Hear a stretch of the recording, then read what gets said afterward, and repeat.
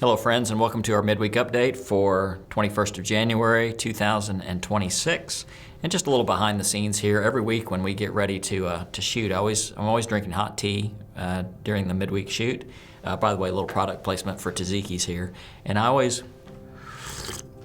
slurp as a sound check, and JD, our technical advisor, absolutely gets grossed out by that. I don't understand why, so I'm gonna do it one more time. I want somebody to take that little sound bite and turn it into your ringtone. I think that'd be a great ringtone for your phone. Hey, welcome to the update. Enough of that shenanigans. Let's have some fun and talk about what's coming up in the church. A couple things I want you to know. This coming Sunday, we are doing a special called business meeting at the end of both of our services in order to consider Seth King as our minister of discipleship here at First Baptist Tulsa. If you've not had a chance to watch his introductory video, it debuted yesterday. You can go back and watch that. It's just a really light Q&A just for you to get to know him, get to know a little bit about him. Like, is he OU or OSU? Well, I'll let you watch the video and figure that out. So Sunday morning is our special call business meeting. Now, if you're a community group leader, tonight at 6 o'clock, we are going to be able to meet Seth and have a Q&A and interaction with him, and so I would invite you to that as community group leaders. Church family, just come ready to vote at the end of our worship services on Sunday morning. So there's that. Also, we are in the middle of our cereal collection for our Caring Center ministry, and Mike Hart, I have his letter here in front of me, sent out a little bit of a challenge. Please keep good roll in your community groups as you always do. Keep track of the number of boxes of cereals that you bring. Missions team is going to do all the math on that to figure out what group brought the most cereal for their attendance for that time. So this will go on for the next month. Friendly competition. I think he's promised Starbucks coffee and Panera bagels for the winner.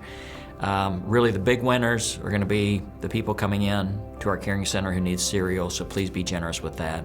I would like to encourage several of our community groups to get together and conspire to end up in a 10-way tie, so that Mike has to bring coffee and bagels for half the church. That would be great. I'll let y'all deal with that. Also, Women's Discipleship Program, February 1st, that kicks off. And so, ladies, I want you to pay attention to that. If you feel like you are in that position where you can disciple somebody, you don't have to have life all figured out, or you want to have that discipling relationship, that accountability, that opportunity to growth, that opportunity to grow. Take advantage of that. You can sign up online for that. Okay, so Proverbs chapter 3. Proverbs 3, and I'm going to encourage you to read this week. Read it as many times as you need to. If there's one verse in Proverbs that is worth memorizing, it's Proverbs 3, verse 7. In fact, this verse hangs in my office to this day. I've got it in a little gold frame with a green mat. I have it in my office because my search team, 25 years ago, when they would meet every week, they had this verse up on the wall of their meeting room, and they prayed this during that entire process of the search that brought me here to First Tulsa, and I'm grateful for that. Hopefully you're grateful for that too. But Proverbs 3, 7, and again, if you don't know this, memorize it, and listen to the parallelism. Trust in the Lord with all your heart. Lean not on your own understanding. Think about what leaning is. Leaning is you put weight on something. You trust that it's going to hold you. Well, instead of leaning on your way of doing life, lean on God. Trust on God. Put your weight on Him. He will hold you.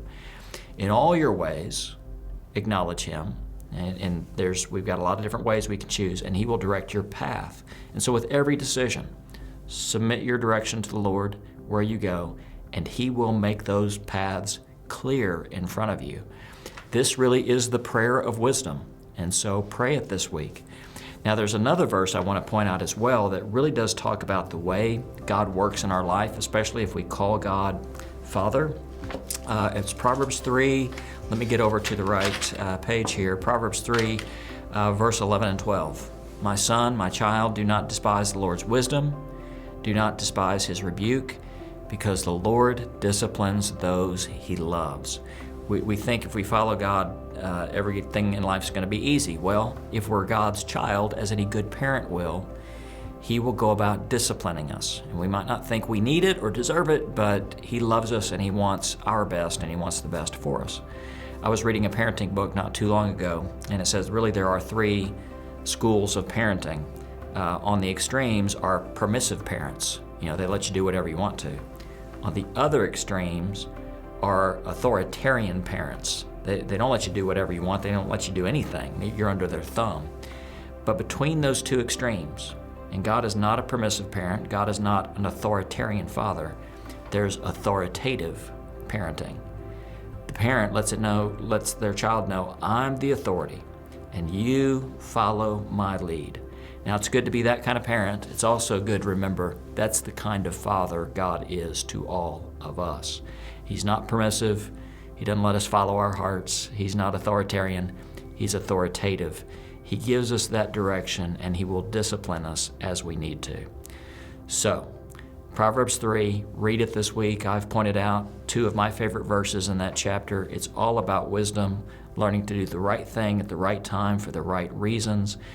And let that be my prayer for you in Luke 2:52 fashion, as Jesus grew in wisdom and stature and in favor with God and others. All right, so there's our midweek update for this week. I love you. I love being your pastor. By the way, Seth's video, I want to remind you of that again. It should be appearing in this part of the screen. And I know I give you a blessing every Sunday morning, so my blessing for you today.